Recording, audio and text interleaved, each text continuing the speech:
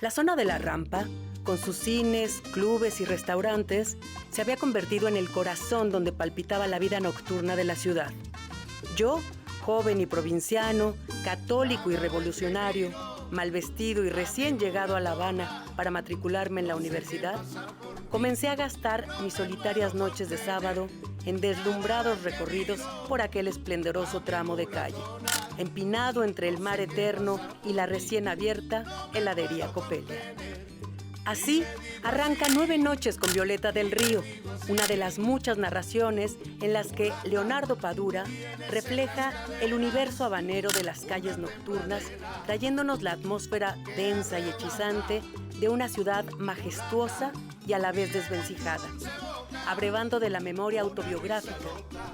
La obsesión personal e intelectual por la ciudad de La Habana, o como él mismo dice, la intensa y vieja relación de amor con ella, está presente en toda la obra de este escritor cubano. Después de cursar la carrera de literatura latinoamericana en la Universidad de La Habana, a partir de 1980, Leonardo se dedicó al periodismo, redactando reportajes de historia y cultura para la revista literaria El Caimán Barbudo o el periódico Juventud Rebelde.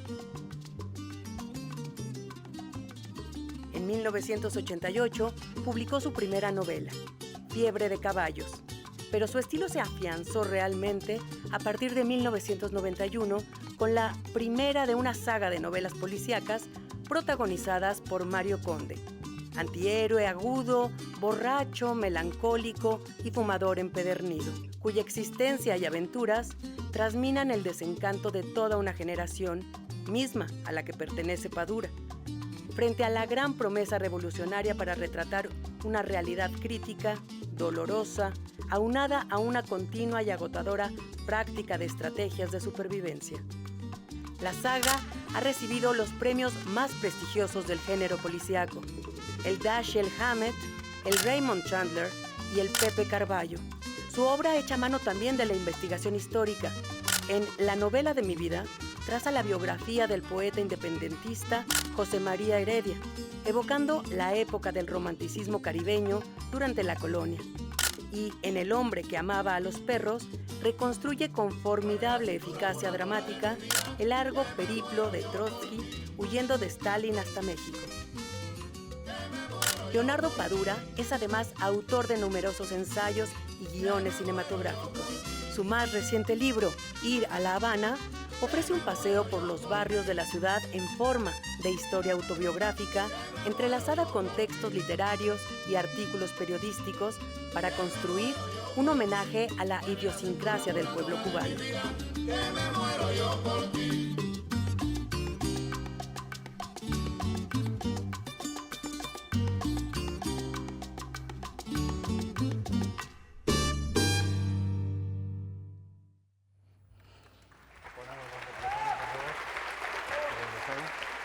¿Voy yo?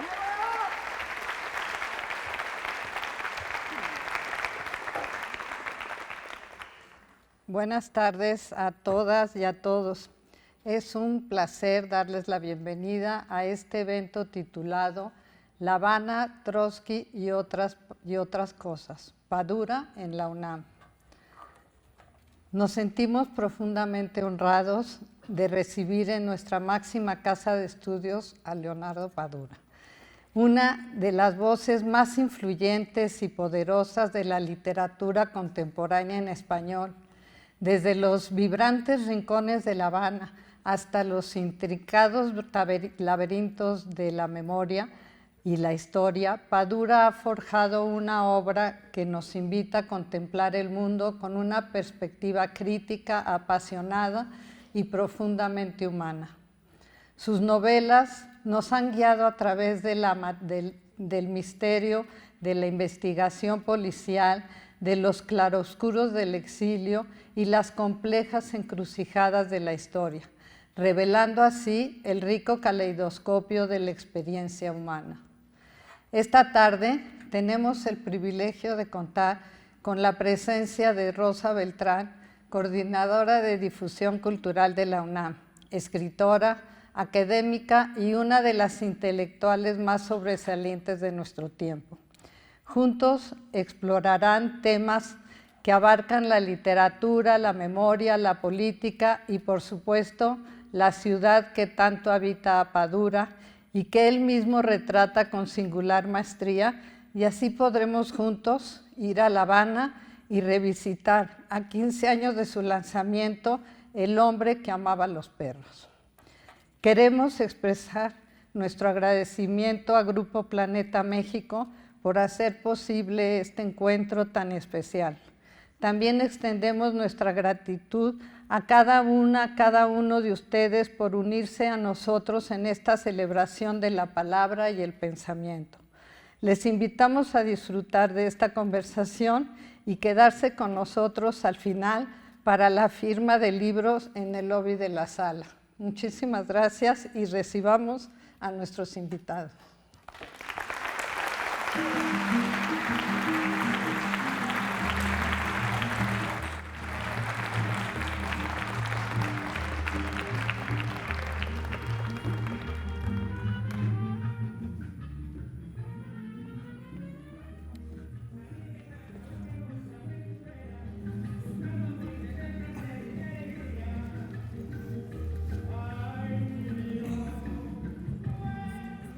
Buenas tardes, buenas tardes.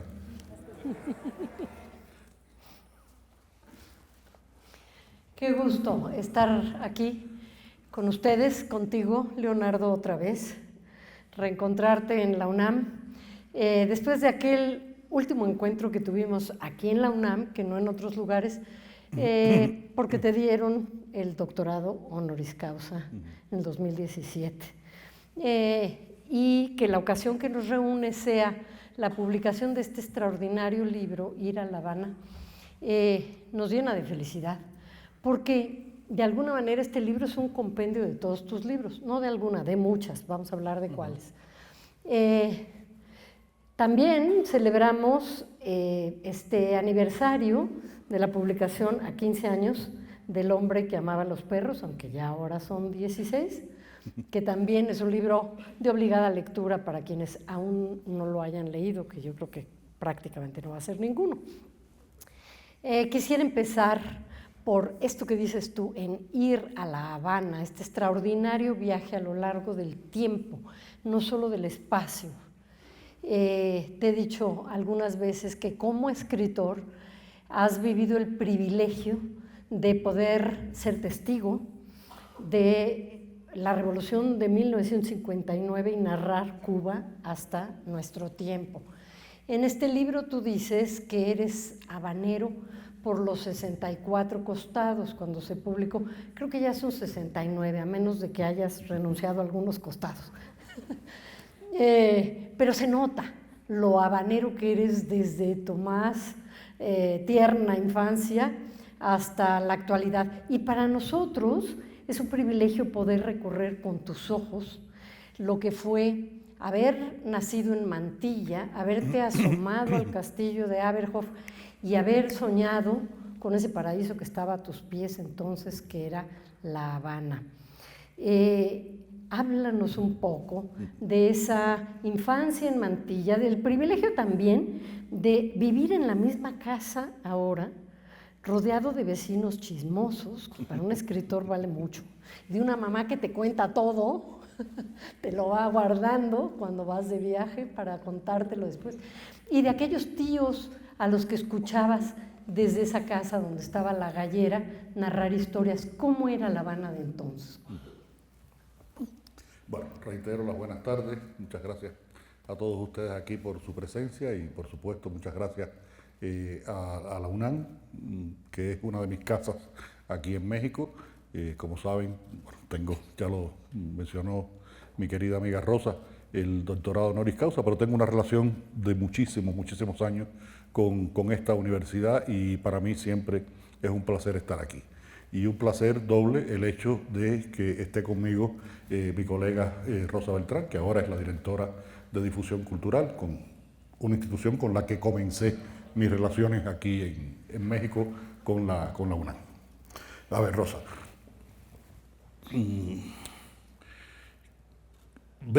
Intentar ver la Mantilla que yo vi cuando era niño fue uno de los ejercicios más necesarios y más complicados al escribir este libro. Porque como todo en el mundo y las ciudades son organismos vivos, evolucionan, cambian, no siempre para bien, no siempre para bien. Y por supuesto que la mantilla de hoy está en el mismo lugar de la mantilla de hace 60 y tantos años, pero es una mantilla diferente. Igual que La Habana de hoy está en el mismo espacio físico de La Habana de principios del siglo XX, del XIX, la época de Heredia, de la época de la construcción de las grandes fortalezas militares, pero siempre va siendo una ciudad diferente. En mi infancia Mantilla era como una especie de microcosmos, un universo en el que había todo lo necesario para vivir y un poco como Macondo le faltaban solamente dos cosas. Le faltaba una funeraria y un cementerio. Recuerden que en Macondo la gente era tan joven que no se había muerto nadie hasta que tienen que inaugurar un cementerio. Pues nosotros teníamos uno en el barrio vecino, el Calvario, que era un barrio más viejo. Y aquí vivían familias ancestrales que habían estado desde el siglo XIX. Prácticamente todos éramos parientes unos de los otros, porque mi familia, los Padura, estaban emparentados con los Pinedas y con los Fernández, y los Fernández estaban emparentados con los Casal con los Cabañas, y todo el mundo se conocía. Y era un sitio en el que salías, yo de niño salía a la calle, y todo el mundo me conocía, o yo conocía a todo el mundo. Y recuerdo que fue una infancia muy libre, en el sentido de que en ese espacio podíamos practicar todas estas travesuras de niños mataperros cubanos, y yo pongo un asterisco que los niños mataperros no nos dedicamos a matar perros, somos los niños que andamos callejeando por ahí haciendo disparates, robando mangos. Por ejemplo, yo sí recuerdo, y esto, que en mi casa había una mata de mango, y yo los mangos de mi casa no me los comía. Yo me comía los mangos que me robaba del patio del gallego Enrique, que tenía unos perritos que eran terribles, y nosotros buscábamos la manera de poder entrar y que uno fuera para la esquina para que los perros ladraran y coger los mangos, porque esos eran los mangos buenos. Los mejores mangos son los mangos robados, no los mangos que tú tienes en el patio de tu casa. Y ese tipo de cosas la practicamos con mucha libertad. Y con dos condiciones, había dos condiciones ahí en el barrio que por lo menos en mi casa me dijeron, que una era que no podíamos cruzar la calzada, la avenida que recorre el barrio, si no era acompañado por una persona mayor. Y la otra es que precisamente a una persona mayor, si le decía algo a uno, aunque no tuviera la razón, no se le podía responder. Esas normas de urbanidad, pues nos sirvieron de mucho en la vida. Y tuve, Rosa, dos aprendizajes en esa niñez que fueron muy importantes. Mi padre era masón, llegó a tener el grado 33 de la masonería, fue gran funcionario de la logia, de la Gran Logia de Cuba, y con él aprendí el concepto de la fraternidad. Lo vi practicar constantemente durante muchos años ese concepto, esa práctica de la fraternidad, que es la columna vertebral de la institución masónica. Y con mi madre, pues aprendí la solidaridad, el sentido de la caridad católica. Fui a la iglesia hasta los 7 años, hasta que fui al catecismo, un año, hice la comunión, y después que hice la comunión, llegué a la casa y le dije a mi mamá, hasta aquí llegó mi relación con la iglesia, porque los domingos son para jugar pelota, no para estar oyendo al cura decir lo mismo que ha dicho durante 2000 años. Entonces, bueno, practicando béisbol, también aprendí algo, Rosa, que es fundamental y que yo creo que las nuevas generaciones de alguna manera pierden esa perspectiva por las maneras en que se vive en el mundo hoy y por los atractivos y por las distracciones que tienen el mundo de hoy. Jugando béisbol con mis amigos, Danilo el Gordo, Miguel Ángel el Gato, Orlando Mazaboa, el Cuti, Felipe el Visco, el Negro Felicio, aprendí algo que es muy importante, y es que tú solo no puedes lograr las cosas. Tienes que tener otros que colaboren contigo y tú colaborar con otros para lograrlas. Eso que parece tan sencillo cuando tú estás jugando béisbol en una esquina, con una pelota que a veces eran hasta de trapo, porque en esos años 60 ya se empezó a ver carencias en Cuba. Pues yo creo que son cosas que uno aprende y que le sirven para toda la vida. Y tanto me ha servido para toda la vida que aprendiendo que había que colaborar para ganar, pues también adquirí un espíritu competitivo. Cuando uno juega un deporte, juega para ganar, no juega para perder.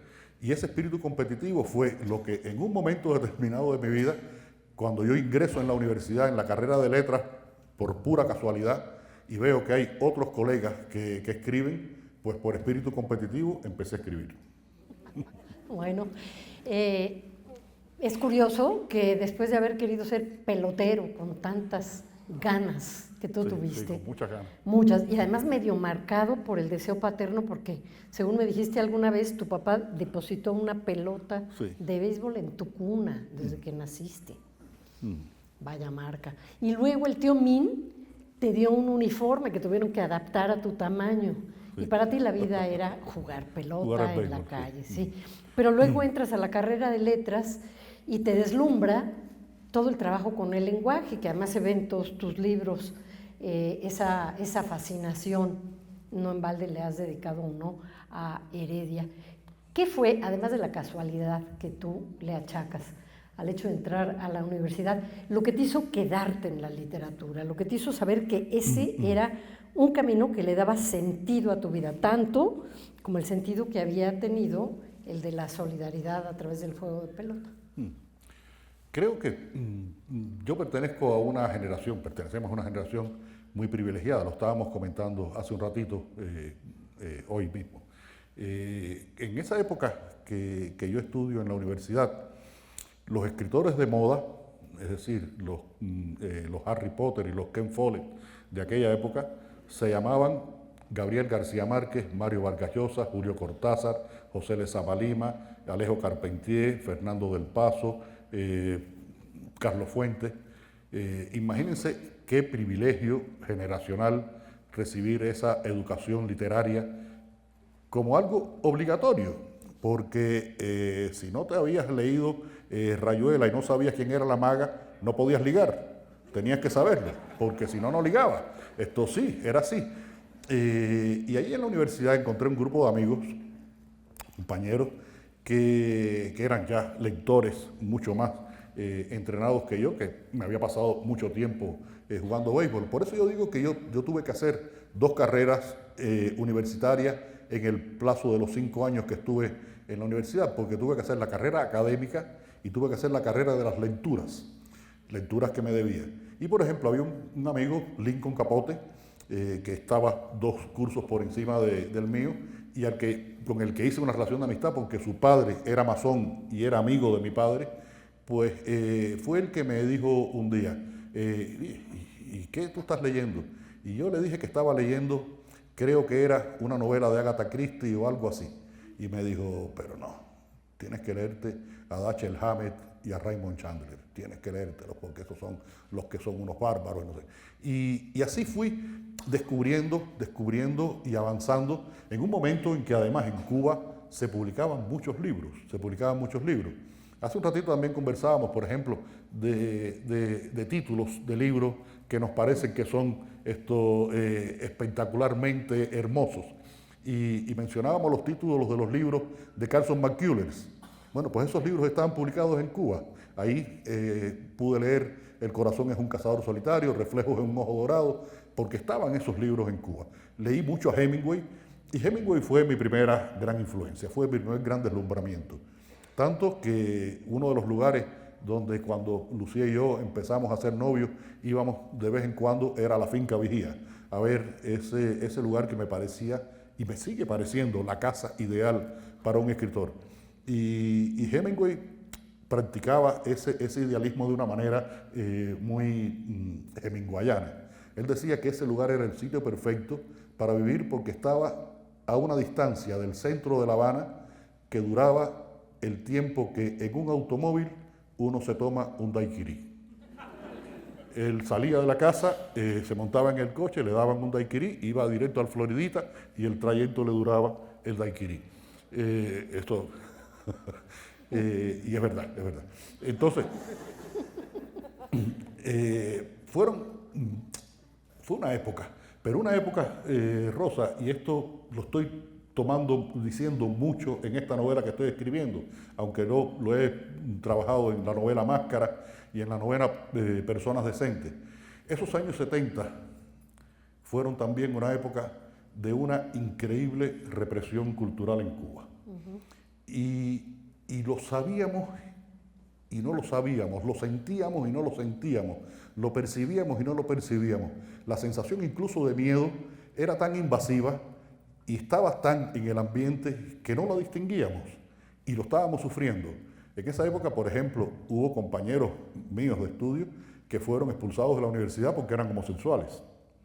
Es la época en que el llamado quinquenio gris o decenio negro, en que, imagínate tú, a cuántos escritores e intelectuales marginaron, que murieron en esa marginación: José Lezama Lima y Virgilio Piñera. No estoy diciendo dos nombres cualquiera, y todos ustedes lo saben. Fue un momento muy complicado, pero sin embargo no lo sentíamos con esa densidad hasta que tuvimos una perspectiva que nos permitió verlo.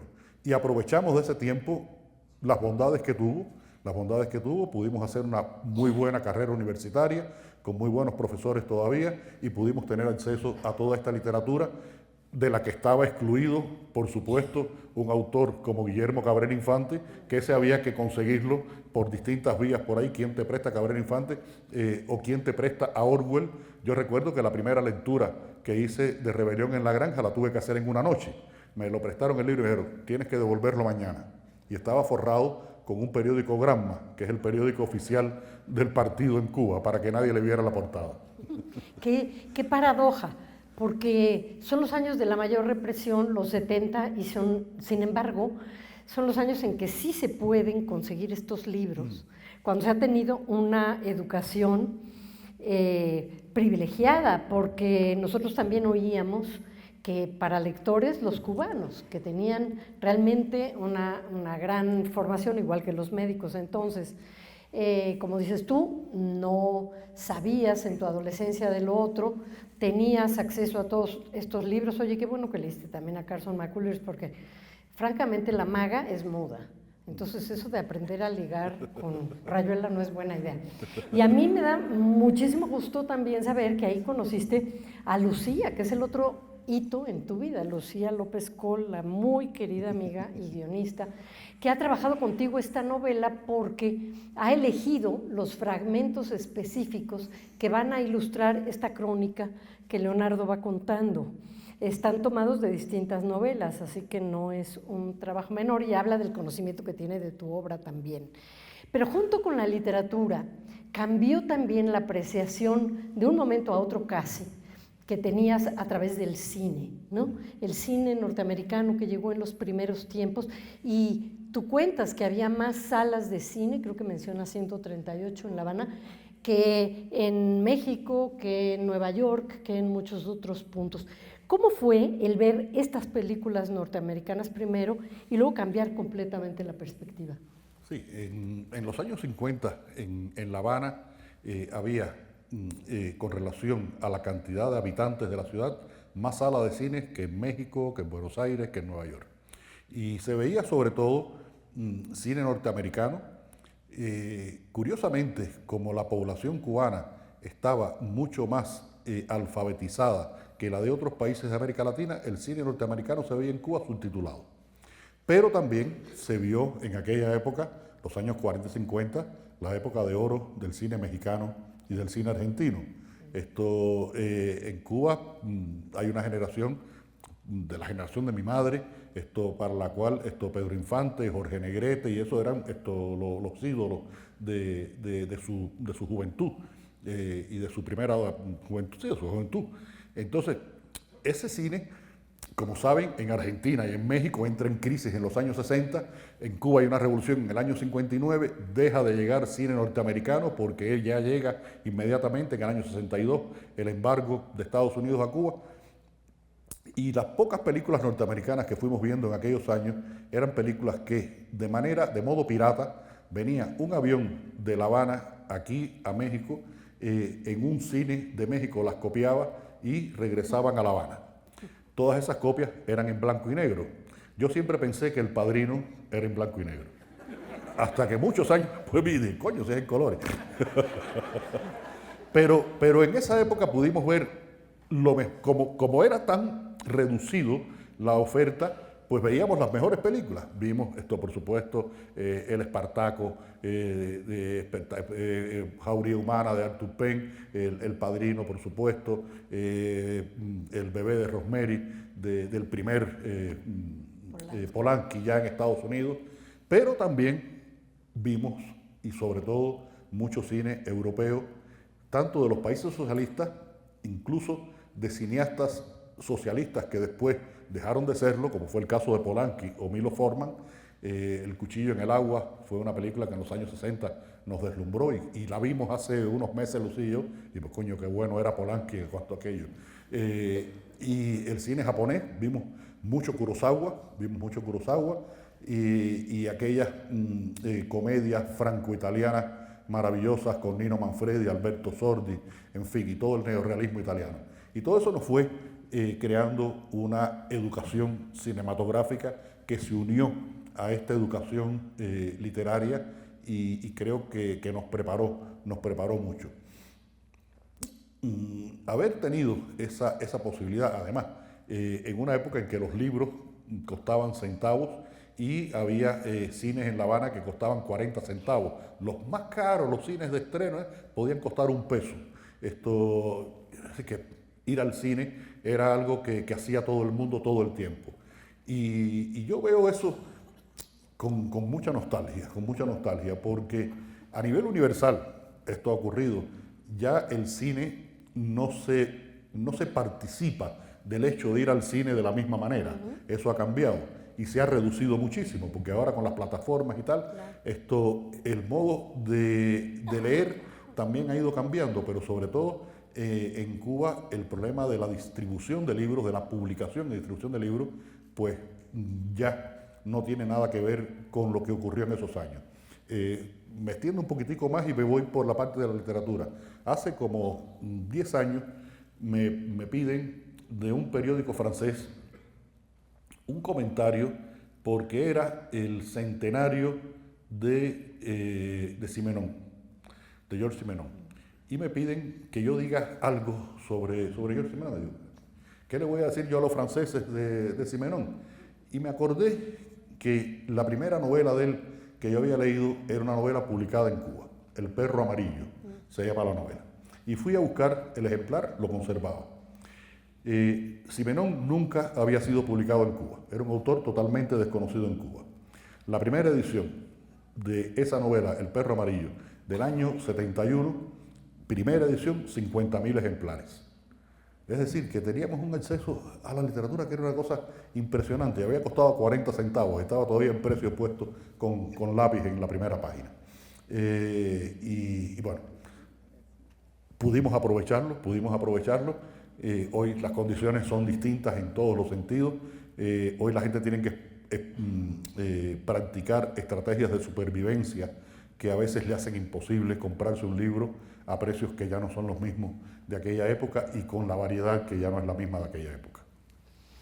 Fíjate qué curioso, hay una semejanza entre esta educación que tuviste tú, literaria, y también a través de ese cine, a la que tuvimos muchos de quienes estábamos en la UNAM, porque existía aquí la muestra de cine, comprabas tu abono, y también existía el CUC. Y gracias a este lugar donde pasaban películas los dominicos, pero eran películas de cine de autor europeo, pudimos ver más o menos a los mismos que viste tú, a Godard, a Kurosawa, a Fellini, a todos ellos, y también nos marcaron. Así que hay una suerte de hermandad cultural por vías muy distintas, pero tienes razón que entonces era un ritual ir al cine, ver estas películas, leer a estos autores clásicos de una manera casi devocional. Y de pronto la cosa cambia. Y cambia también a nivel del espacio que tú estás describiendo en Ir a La Habana. Y hablas de un concepto que a mí me ha impresionado muchísimo, que es el concepto de agenitud. ¿Cuándo empieza uno a sentirse ajeno a eso que lo está rodeando? Más allá del hecho de que uno crece, cronológicamente cambia, hay algo más que es esta suerte de cambio cultural y de muchas maneras deterioro cultural en La Habana. ¿Cuándo fue la primera vez que tú sentiste esa agenitud y en qué consiste? Sí, como dijo Rosa al principio, yo nazco en un barrio de la periferia de la ciudad que se llama Mantilla, y a partir de ese barrio, primero con mis padres y después ya por mis medios, fui avanzando en el conocimiento de la ciudad. Hubo sitios muy importantes. Cuando yo hago mis estudios preuniversitarios, voy a estudiar a un barrio, 4 años estoy estudiando en un barrio cercano al mío que se llama La Víbora. Por cierto, Eliseo Diego, cuando le mencionaban el barrio La Víbora, que el barrio La Víbora es donde está la calzada de Jesús del Monte, al que Eliseo Diego le dedica su hermoso poemario por la calzada de Jesús del Monte. Eliseo, cuando decía en La Víbora, decía: ¿cómo habrá sido esa mujer? ¿Cómo habrá sido esa mujer? Y fue un lugar entrañable con el que yo me fui identificando. Los parques de la zona de La Víbora son para mí los más hermosos de La Habana. Es la época en que además empiezo ya con las primeras novias y tal. Esto un poquitico, ya eran las novias, aquellas de mirarse de lejos de la primaria. Ya estamos en secundaria con 15, 16 años. Y después voy al Vedado, que es la zona más céntrica de La Habana en estos momentos, a estudiar en la universidad.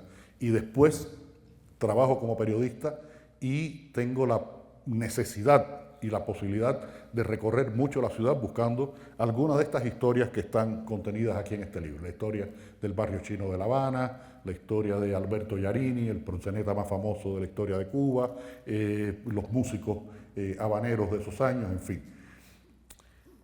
Y hago un ejercicio que es de conquista, de apropiación de la ciudad. Muy común en las personas, creo yo, pero con efectos distintos en quien después empieza a escribir esa ciudad o quien la tiene que escribir periodísticamente. En los años 90 empieza una crisis económica en Cuba que empieza a cambiar muchas cosas, Las relaciones entre las personas y las relaciones con el espacio se vuelven agresivas. Es una época en que Lucía y yo, desde el barrio este de Mantilla, íbamos a nuestro trabajo en el Vedado en bicicleta. 16 kilómetros a la ida, 16 a la vuelta, con frío, con sol, con lluvia, con calor. Esto era bastante complicado. Lo único bueno que tenía es que estábamos flacos, no teníamos una gota de grasa en el cuerpo. Y ya empieza uno a sentir que esa ciudad empieza a cambiar en un sentido que es ese proceso que yo también he llamado de deconstrucción. Y no es casual que a partir de esos años empiece a haber una literatura que empieza a mirar la ciudad de otra manera. La historia literaria de La Habana, la creación de esa imagen, ese imaginario simbólico que es la ciudad de La Habana, es un proceso muy rico en la literatura cubana y fue incluso un proceso dirigido, yo lo menciono aquí. En el siglo XIX, la sacarocracia, como se le llamaba a los ricos dueños de centrales azucareros, ingenios azucareros, programaron la creación de relatos para crear la imagen de un país. En ese momento Cuba, ya lo saben, no era independiente con respecto a España, como el resto de los antiguos territorios del Imperio Español.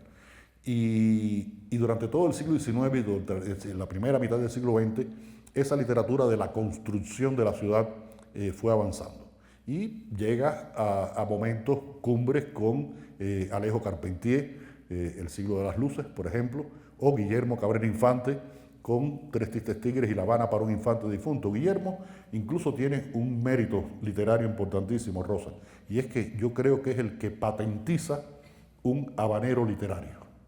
un habanero literario, porque como ustedes saben, entre la expresión oral y la expresión escrita hay un recorrido y Guillermo lo une. Guillermo logra el milagro de esa fusión. En estos años 90 empieza a haber algo que se llamó la literatura del desencanto, y ese desencanto también tuvo que ver con la ciudad. Y eso ha sido un proceso que no se ha detenido, no se ha detenido. Y creo que en mi literatura se ve ese proceso en la percepción que tiene, por ejemplo, un personaje como Mario Conde, que en las primeras novelas ocurren en el año 1989, ya después finales del siglo XX, principios 2016, pues se va viendo ese deterioro de la ciudad, ese proceso de ajenitud. La ciudad va adoptando códigos, va adoptando paradigmas que nos son ajenos, que nos son extraños. Siempre esto puede ocurrir y ocurre de distintas maneras. Yo cito constantemente el ejemplo de algo que decía Manuel Vázquez Montalbán. Manolo decía que existía una Barcelona preolímpica, que era su Barcelona, y una Barcelona postolímpica a la cual él le costaba trabajo adaptarse. Los que conozcan Barcelona y hayan ido a esa Barcelona preolímpica, saben que, por ejemplo, donde estaba la famosa Casa Manolo, que era el restaurante que más le gustaba a Vázquez Montalbán, estaba en el barrio Raval. Había que entrar allí de la mano de Vázquez Montalbán, porque si no salía sin la cartera. Y hoy el Raval es un sitio totalmente turístico, lleno de pequeñas tiendas de pakistaníes que venden teléfonos celulares, y hay tantas que yo creo que el negocio no es vender teléfonos celulares, habrá otras cosas, pero muy apacible. Y hace unos días, presentando este libro en Barcelona, pasamos por la Plaza de la Catedral gótica de Barcelona, que lleva ahí 10 siglos. La misma plaza hace 10 siglos. Y me dice uno de los amigos que iba con nosotros, este lugar ha cambiado tanto. Y yo miré la catedral y miré la plaza y le digo, ¿y por qué ha cambiado tanto? Dice, fíjate tú si ha cambiado, que el olor de esta plaza era olor a churros y ahora huele a ketchup. Es decir, que las ciudades se transforman y se van convirtiendo en ciudades ajenas. El problema es que en La Habana ese proceso también ha sido un proceso de deconstrucción, de empobrecimiento del espacio físico, y el empobrecimiento del espacio físico ha provocado también el empobrecimiento de las actitudes de las personas que habitan en ese espacio físico. Claro, y va acompañada esa deconstrucción o ese proceso de deterioro espacial y de otra índole de un discurso que es sublimador, que hace exactamente lo contrario, es decir, una utilización de la retórica que quisiera sustituir con las palabras aquello que no existe. Ya sabemos que en eso consiste también el barroco, eso es Severo Sarduy, en muchos sentidos fue Alejo Carpentier, pero aquí está utilizado de una manera política, porque llamarle a los años 90 periodo especial en tiempos de paz, por lo que estás diciendo, significa otra cosa. Llamarle a los barrios marginales, asentamientos, sí. Siempre... y esto es universal también, sí. El poder crea una retórica, sí, para disfrazar las realidades o para transformarlas o para hacernos creer que son de otras maneras. Y eso pues ocurre mucho en Cuba. Nosotros, Lucía y yo, por deformación y por necesidad profesional, cuando estamos en Cuba vemos el noticiero de televisión y nos pasamos todo el tiempo hablando con el televisor. Diciéndole, no me jodas, chico, no me hagas ese cuento, no me metas esa mentira, que yo sé que eso es mentira tuya, porque realmente, y es así, ese es un problema de la prensa oficial en Cuba. La única que circula normalmente es una prensa oficial, como se sabe, que realmente crea, puede ser una posverdad, una metaverdad, sí, por no decir mentira. Sí, parece que sucede en todos los regímenes que tienden al totalitarismo, pero desde luego que ustedes son maestros del eufemismo, ¿no? Sin embargo, hay un momento que a mí me resulta hasta de ciencia ficción, la forma en la que se nombró. ¿Qué quiere decir la opción cero?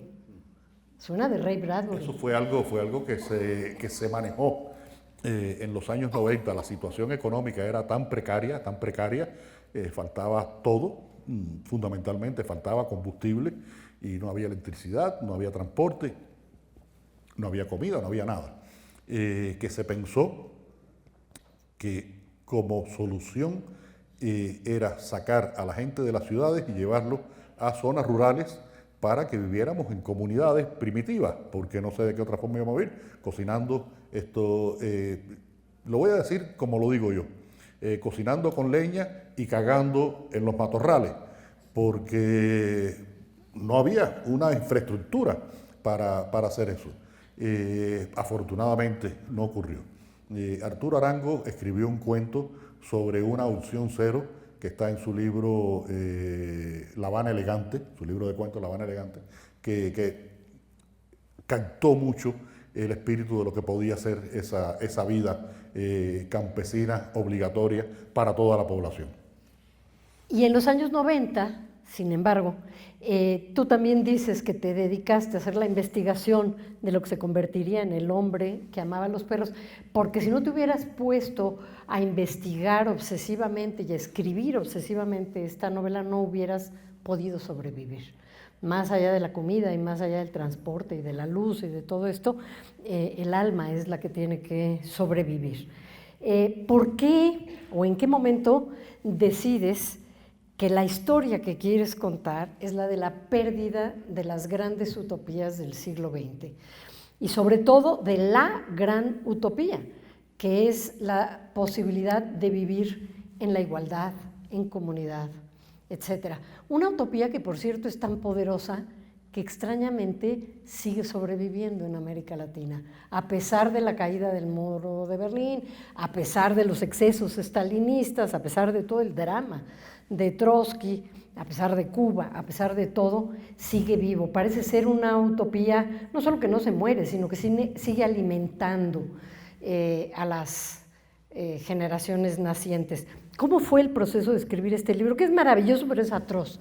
Yo te dije que lo volví a leer y no puedo entender, ya sé que lo tengo que entender porque es algo histórico, que exista alguien como Trotsky, él además como el emblema de muchos idealistas que son capaces de dejar todo hasta que les maten la familia, ¿no? Por este ideal que va más allá de todo. Yo siempre creí que lo más poderoso en los seres humanos, y no estoy diciendo que sea lo que más admiro, ni muchísimo menos, pero uno de los impulsos más fuertes que yo he visto que existen es el poder absoluto. Hacer lo que Stalin y hacer lo que otros más que quieren dominar el mundo a pesar de todo. Pero bueno, también existen personajes como este que tienen que vivir huyendo porque no se respetan aquellos ideales de la revolución. ¿Por qué decides contar esta historia y de qué manera ligas los tres momentos de la gran utopía del siglo XX? Esta es una novela que se empezó a escribir sin yo saber que se estaba escribiendo. Ese día de octubre de 1989, que yo estoy por primera vez visitando México y le pido a un amigo que me lleve a la casa de Trotsky en Coyoacán. Y le pido a un amigo que me lleve a Coyoacán porque mi noción de Coyoacán era un lugar que estaba muy retirado. Y cuando llego veo que está la boca del metro ahí, que podía haber ido yo solo en el metro. Ya la ciudad se había tragado ese Coyoacán de Hernán Cortés y la Malinche y todas aquellas cosas. Y yo en ese lugar sentí que algo me conmovía. Algo me conmovía porque era un lugar sombrío, oscuro, empolvado, olvidado. Y esto está ocurriendo en octubre de 1989, alrededor del 20 de octubre. 15 días después cayó el muro de Berlín. Nadie pensaba 15 días antes que el muro de Berlín iba a caer. Y ahí empieza un proceso que es el que me permitiría a mí después tener la idea de escribir esta novela. Esa visita a Coyoacán fue la semilla. Era curioso. Pasé por la Casa Azul y en la Casa Azul había una cola de turistas para entrar. Y en la casa de Trotsky no había nadie. A nadie le importaba aquel lugar. Y todos los cafés y todos de Coyoacán estaban llenos de gente. Es decir, que por gente que pudieran ir no era que estuviera vacío, es que no le importaba a nadie. Entonces, con los años 90 vivimos esta crisis que empieza a revelarnos cosas. Recuerden que Kapuczynski, el gran periodista polaco, Rudyard Kapuczynski, dice que en los años 90, después que se abren los archivos de Moscú y se empieza a procesar información, descubrimos que en los años 80 pensábamos que conocíamos la historia de la Unión Soviética y en los 90 descubrimos que conocíamos el 20%. El 80% estaba escondida en los archivos de Moscú. Lo que conocíamos era la propaganda, la imagen que se había creado. Y esa imagen fundamentalmente la había creado Stalin. En esos años 90, además, ocurre algo que para mí en aquel momento tampoco tuvo una especial significación. Y es que me entero de que en Cuba había vivido un señor que se llamaba Ramón Mercader. Pero fue algún comentario que alguien me hizo. Cuando yo voy a la casa de Trotsky, doy un paso atrás, yo sé prácticamente nada sobre Trotsky, porque en Cuba teníamos una ignorancia programada con respecto a la figura de Trotsky. Trotsky era el revisionista, el traidor, el falso profeta, entonces no sabíamos mucho de Trotsky. Yo no sé por qué carajo yo me empeciné en ir a la casa de Trotsky. Me entero de que ¿quién era Ramón Mercader? Más o menos teníamos alguna idea de que era un tipo que había matado a Trotsky, pero poco más.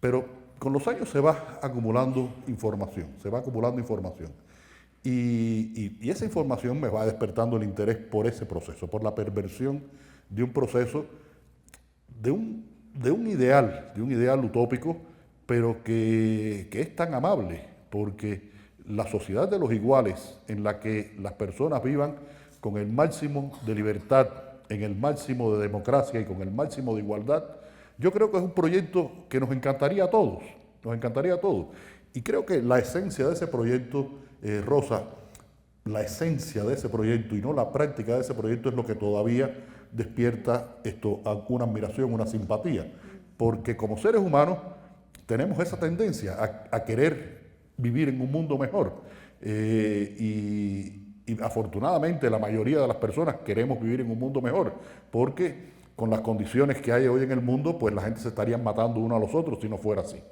Entonces, descubro muchas cosas, voy conociendo cosas, estoy viajando y tengo acceso a mucha literatura. Eso es importante, tengo acceso a mucha literatura y en algún momento pues se produce esa conjunción que tú la conoces perfectamente, que es el momento en que una de las muchas ideas que tienes en la cabeza, tú dices, coño, esta es una idea para una novela. Y eso es misterioso, porque uno vive rodeado de narrativas, de historias, de cuentos. ¿Cuál de esos cuentos es el que se puede convertir en una novela? ¿Puede uno escribir una novela? Pues bueno, ahí llegó ese momento. Escribir la novela de cómo hay un punto de no retorno en la perversión de la utopía, un punto muy simbólico, que es lo que ocurre en Coyoacán el 20 de agosto de 1940, cuando Mercader le pone el piolet en la cabeza a Trotsky. ¿Cómo contar esta historia? Bueno, la biografía de Trotsky, prácticamente Trotsky está biografiado cada día de su vida. Y por eso yo arranco la novela en el año 29, en el momento en que él es expulsado de la Unión Soviética, de Moscú, porque es el momento en que él termina su biografía Mi vida. Es decir, que yo arranco cuando él termina su biografía. Pero hay mucha información, escribió muchos libros, muchas entrevistas, muchas biografías. Ramón Mercader era un fantasma. Era un hombre que entró en la historia porque fue el que le dio el picoletazo en la cabeza a Trotsky. Porque Ramón Mercader era uno de los 7 españoles agentes de la GPU o la NKVD, no recuerdo cuál era en esos momentos la que existía, anteriores a la KGB, que estaban aquí en México, preparados para asesinar a Trotsky. Bueno, pero fue escogido Ramón Mercader, sobre todo porque su madre, Caridad, estaba muy cercana al que conducía todo este proyecto, que era ese señor terrible que era Kotov, ese genio del ajedrez que vio desde el año 37 cómo matar a Trotsky en 1940. Es una cosa impresionante. Eso nada más que un judío ruso lo puede hacer. Eso es un don exclusivo. Y por eso son campeones mundiales de ajedrez. La mayoría de los campeones mundiales de ajedrez son judíos rusos. Y bueno, Mercader había que construirlo, había que investigar mucho por las bandas para poder construir ese personaje. Pero yo necesitaba que esta historia se conectara con el presente. El hecho de que Ramón Mercader hubiera vivido en Cuba en la misma época que yo, es decir, ese hecho de que la historia me hubiera podido tocar la espalda, a mí me conmovió mucho. Y decido que tiene que haber un joven escritor cubano que conoce a Ramón Mercader sin saber que es Ramón Mercader. Y resulta que ese personaje, que es un personaje de ficción, es el personaje más real de los tres. Trotsky es ese personaje histórico, Ramón Mercader es esa creación por los órganos de inteligencia soviéticos, por este señor Kotov, y Iván Cárdenas pude haber sido yo. Es la experiencia personal. Y por eso yo digo, Rosa, que esta novela, tú pudiste haber escrito esa novela, la pudo haber escrito un español, la pudo haber escrito un argentino, y se hubiera parecido mucho, pero hubiera sido distinta. ¿Por qué? Porque le hubiera faltado la experiencia vital de Iván Cárdenas, la experiencia de haber vivido en un país socialista, que esa no se aprende en ningún libro de texto, esa hay que vivirla.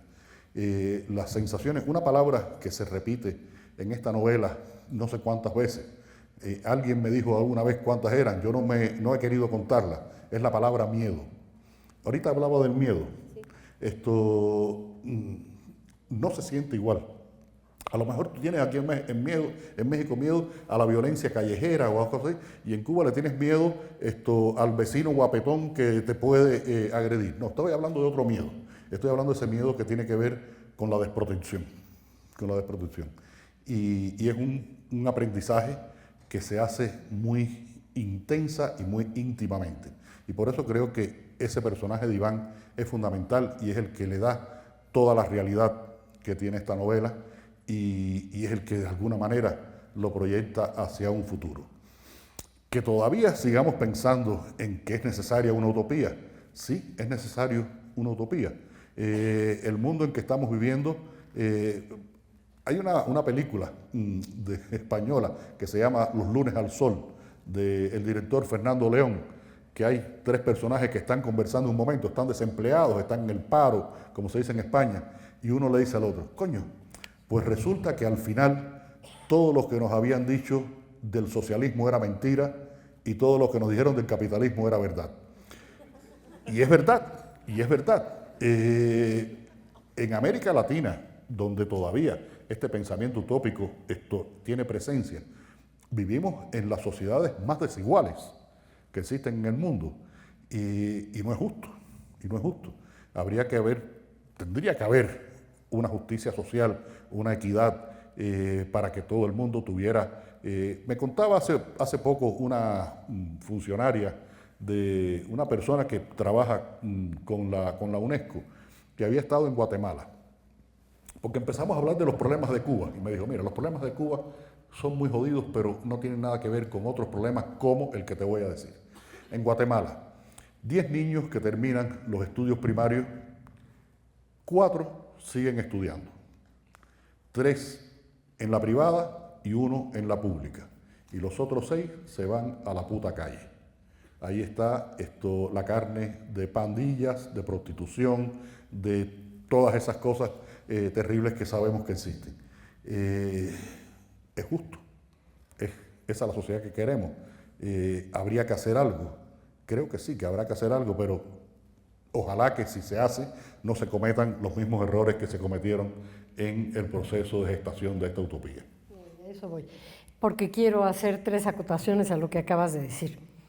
Sí que vivimos la violencia en México y sí que vivimos una suerte de slalom todos los días evitando esa violencia de todas las formas posibles. Sí que hay desigualdad y que uno de los ideales sigue siendo conseguir la utopía una utopía que nos permita vivir de formas más igualitarias. Pero sí que hay una historia escrita y que la memoria tiene que servir para algo, porque si no yo te voy a preguntar qué sentido tuvo que escribieras todo esto y qué sentido tiene que existan los escritores y la literatura. Tendríamos que aprender de todo esto, cuáles son los tropiezos con los que nos vamos a encontrar y básicamente tienen que ver con la condición humana, con esta ambición desmedida por el poder y por el control. El poder, lo mencionaste. Eso, ¿no? Tener la idea de que ese es el máximo ideal, aunque tú estés hablando de otro, al que aspiras. Y una última, un bocadillo antes de hacerte la siguiente pregunta. Sí es cierto que Iván Cárdenas es un gran personaje y que lo sientes respirar y que, sin embargo, es el personaje de ficción.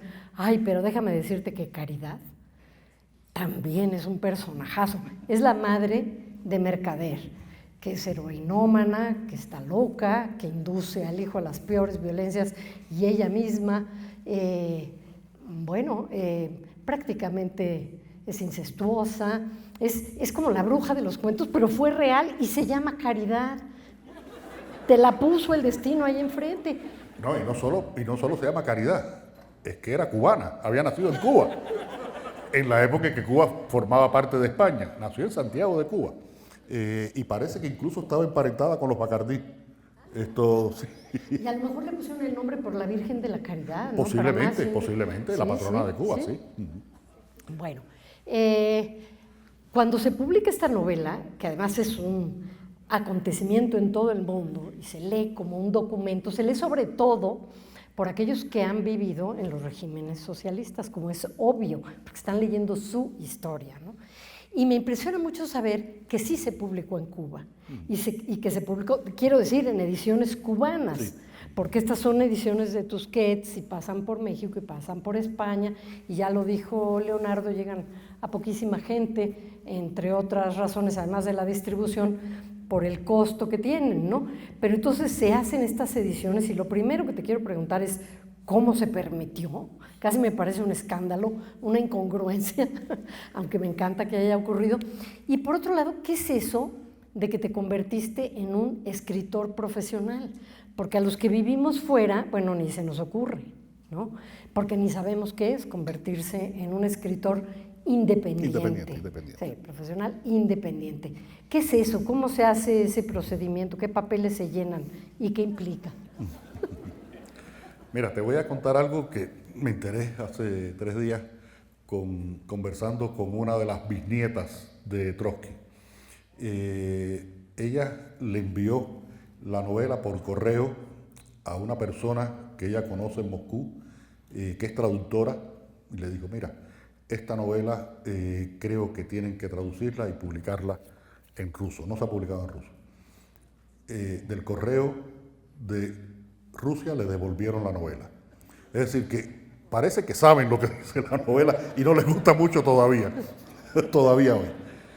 El día que yo presenté la novela en la Feria del Libro de La Habana, debe haber sido 2011, debe haber sido 2011. La novela se publicó en el 2009 y seguramente salió en el 2011. Yo dije que estaba asistiendo a un acto que nunca pensé que asistiría, que fue la presentación de esta novela públicamente en Cuba. Y bueno, la novela circuló, hubo un día que se hizo una presentación, se llevaron 1000 ejemplares y yo firmé 900 ejemplares. Terminé exhausto. Se ganó el premio de la crítica, se hizo una reedición y el libro circuló. Eran ediciones de 3000 ejemplares, tampoco estamos hablando de grandes tiradas. Pero bueno, se publicó en Cuba. ¿Cómo pasó esto? Años después, un funcionario cultural cubano me dijo, esa novela no es mala, pero ese final que tú pusiste, que se le cae el techo encima al personaje de Iván y lo aplasta, eso es imperdonable. Esto la supieron leer. Pero bueno, el caso fue que se publicó y después hubo otra tirada con una editorial alternativa. Esa tirada costó mucho trabajo que circulara, pero por lo menos, y me pasó una cosa que fue muy satisfactoria, Rosa, creo que fue lo que me dio el sentido de la utilidad que podemos tener a veces los escritores. Somos tan inútiles para tantas cosas y a veces somos útiles para otras. Mucha gente se me acercó y me dijo, leyendo tu novela he aprendido cosas de mi vida que yo no sabía. Es decir, la novela les reveló cosas que ellos habían vivido y no sabían que las habían vivido, porque esto les dio una perspectiva. Lo de escritor independiente. En Cuba, los escritores hasta el año 1996, los artistas en general, hasta 1996 tenían que estar vinculados a alguna empresa o algún centro laboral. La mayoría de los escritores eran asesores literarios, trabajaban en editoriales o eran periodistas. Yo era el jefe de redacción de una revista que estaba muy bien en aquella época, la Gaceta de Cuba, de la Unión de Escritores y Artistas de Cuba. Y ya yo estaba harto de trabajar en la revista. La revista era prácticamente la única, estamos hablando del año 95, prácticamente la única revista cultural que circulaba en Cuba, y cada edición de la revista era una pelea porque decidir qué trabajos se iban a publicar, y cuando le tenías que decir a un colega que su trabajo no se iba a publicar porque no cabía, esto era muy difícil, era una cosa, y ya había también, hay cosas personales y tal, y yo quería escribir sobre todo. Yo pienso como Hemingway, y lo hice primero en el año 1990, que dejé el periódico, donde yo era el periodista referencia de ese periódico, donde publiqué esos artículos, esos reportajes que están incluidos en el libro, y me fui a esa revista porque tenía más tiempo para escribir y pude empezar a escribir, pero yo quería todo el tiempo para escribir. Y se aprueba la condición laboral del artista independiente. Eso se aprueba porque era el momento en que se iba a volver a ver impuestos, a pagar impuestos en Cuba. Y el artista independiente tenía que pagar impuestos. Y bueno, yo decido que el 31 de diciembre del 95 dejo mi puesto en la revista y me hago independiente. Y lo hice así. A partir de ese momento, yo no tenía trabajo, no tenía editorial, había hecho una antología precisamente para aquí, para la UNAM, en la época en que Hernán Lara Zavala era el director de publicaciones y Gonzalo Celorio era el director de difusión cultural. Y en la casa, Lucía y yo, teníamos para sobrevivir $400 hasta que Dios proveyera. Y eso de que Dios provee, a veces es verdad. A veces es verdad, aunque ustedes no lo crean, a veces es verdad. Y lo dice un ateo cubano. Sí, lo dice un ateo, yo había enviado 6 meses antes una novela a un premio en España que daba el fallo en septiembre del 95. Yo no tenía correo electrónico, no tenía teléfono en mi casa, y pasó septiembre, octubre, noviembre, y los concursos literarios le avisan al que gana el premio, no le avisan a todos los que pierden, ¿no? Y entonces, porque sería una locura. Y bueno, ya yo daba por perdido aquello. 1 de enero, escritor independiente. 13 de enero me llaman de España y me llaman a la casa de mi vecina de enfrente a las 6 de la mañana, 12 del día, hora de España. En pijama crucé, mi vecina salió en pijama a llamarme y yo crucé en pijama para casa de la vecina. Se me caía en pijama, en fin, porque estábamos tan flacos. Tengo un personaje en la novela esta que estoy escribiendo que se acuerda que cuando estaba en Cuba en los años 90 andando en bicicleta, en Cuba nosotros a la prenda interior de las mujeres le decimos bloomer. ¿Cómo le dicen ustedes? Calzones. Tangas, depende. Sí, estaba tan flaca que hasta los calzones se le caían. Y eso nos pasaba de verdad.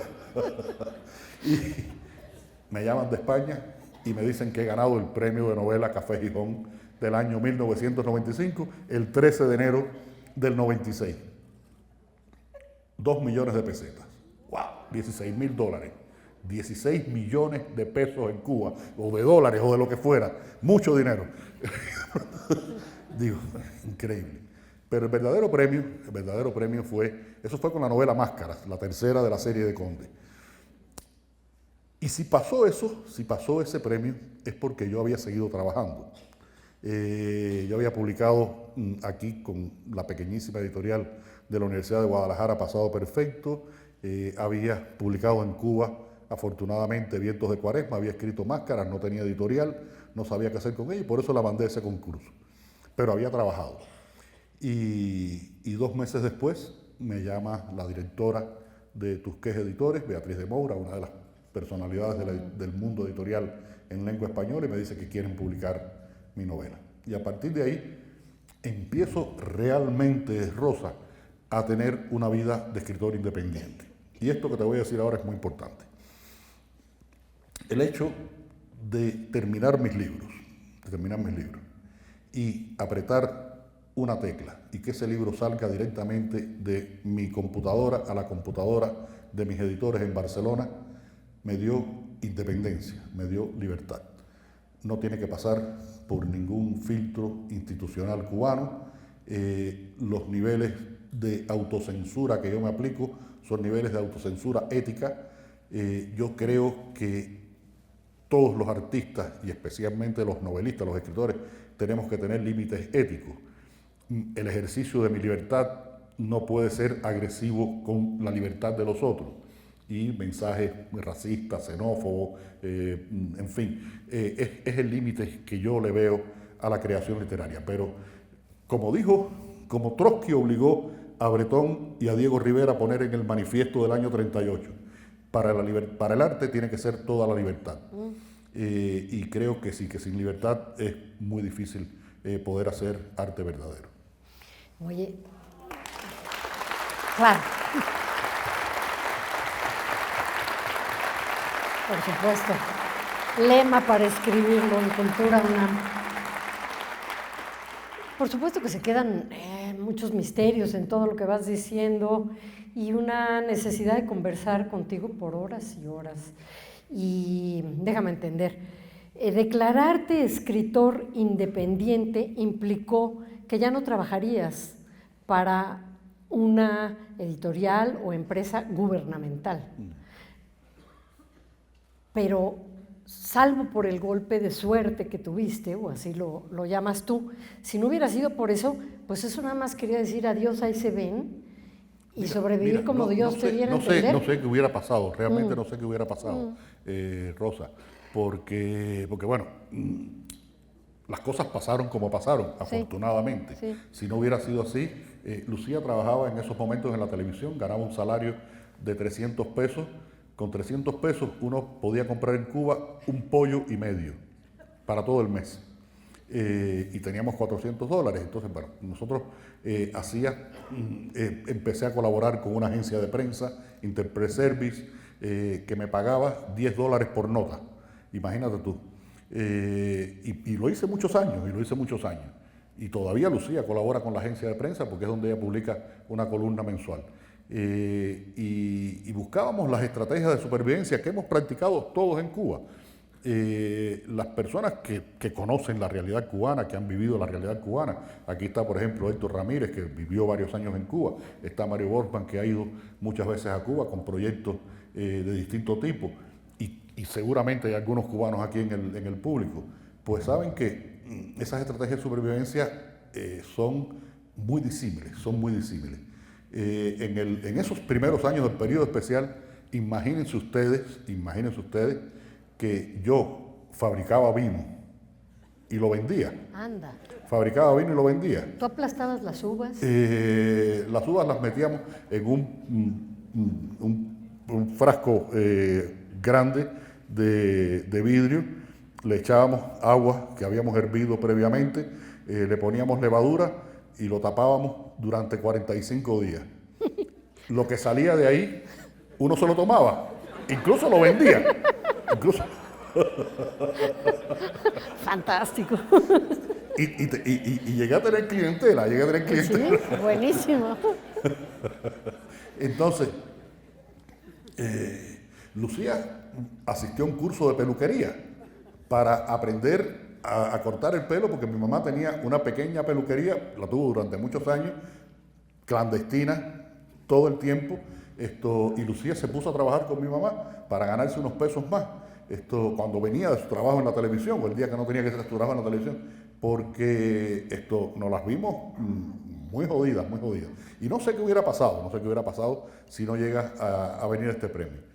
Lo que sí te puedo asegurar, Rosa, es que en esos años más difíciles, yo trabajé como un loco para no volverme loco. Y esa fue la salvación. Escribí 3 novelas, escribí mi libro sobre Carpentier, que es un libro de 600 páginas donde estudio toda la narrativa de Carpentier desde el punto de vista del concepto de lo real maravilloso. Hice antologías, escribí guiones de cine, trabajé muchísimo, porque era la manera de mantener la cordura, creo que nunca he leído tanto ni he escrito tanto como en esos años. Y bueno, al final yo creo que el trabajo, no siempre, pero a veces da recompensas, ¿no? Y fue lo que me pasó.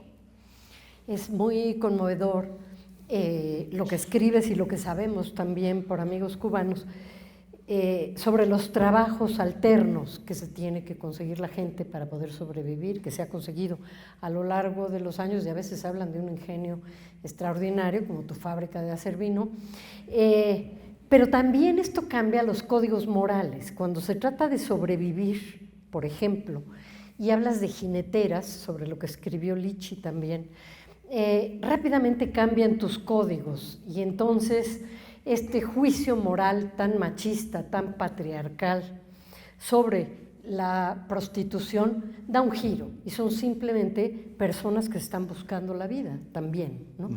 Pero a veces no es tan afortunada esta asociación que se hace con las estrategias para sobrevivir, y entonces tú hablas del fenómeno de los cristales rotos y de esta suerte de perversión de los espacios con la basura.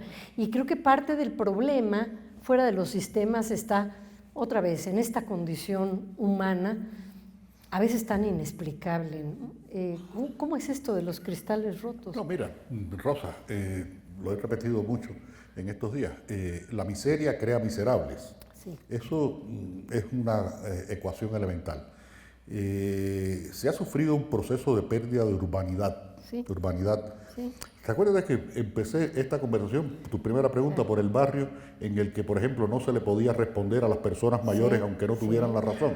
Sí. Eso crea unos códigos de convivencia que funcionaron durante mucho tiempo. Todo eso ha ido desapareciendo por muchos procesos, pero muy aceleradamente en los últimos años. Entonces, doy un paso atrás. Cuando para hablar con una persona mayor, en lugar de llamarlo señor, tenías que llamarlo compañero, pues ya empezó a ver ahí algo que se iba quebrando. Y eso, como digo, se ha ido acelerando con el tiempo en los últimos años. Y esta pérdida de urbanidad afecta físicamente a la ciudad, pero el deterioro físico de la ciudad afecta los comportamientos de las personas que habitan esos espacios urbanos.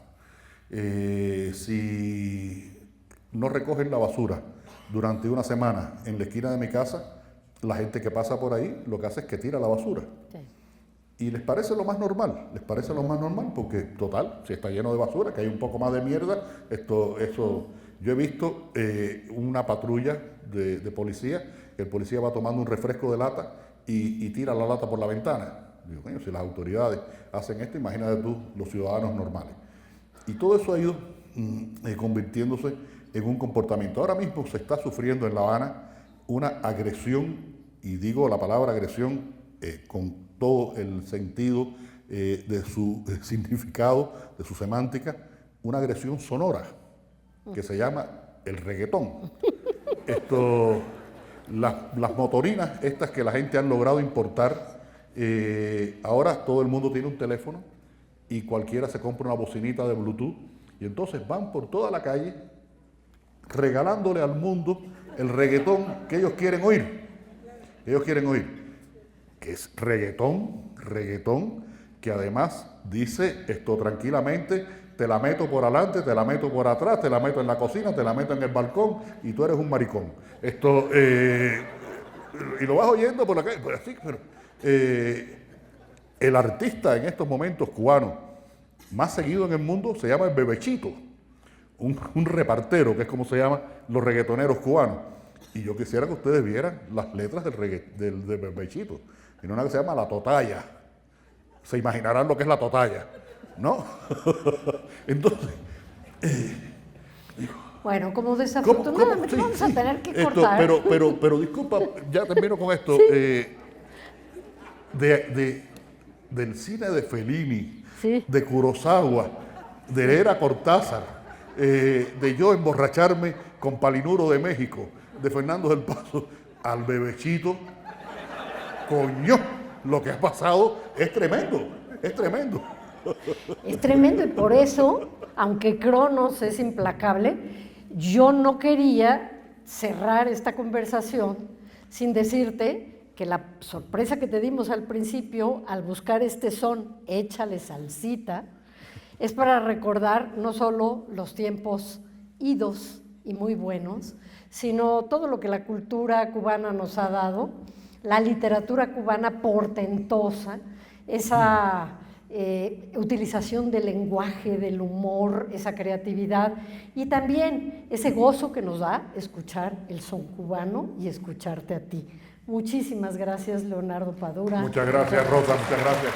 Muchas gracias a todos ustedes, muchas gracias a la UNAM.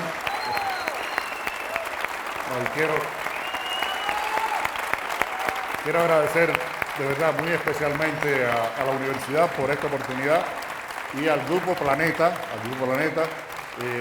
que ha sido el que ha soportado toda esta gira que hemos hecho por México en estos días y que sigue y que seguirá. Mañana estoy aquí en Filosofía y Letras. La generosidad de los ejecutivos, de la dirección y de los periodistas, de los encargados de prensa del Grupo Planeta, quiero reconocerlo públicamente aquí porque ha sido esto un cariño. Me dijeron el otro día que yo era un poco consentido y parece que sí, que soy muy consentido por ellos, así que muchas gracias y muchas gracias a todos ustedes. A las firmas de libros y a echarle salsita a la vida.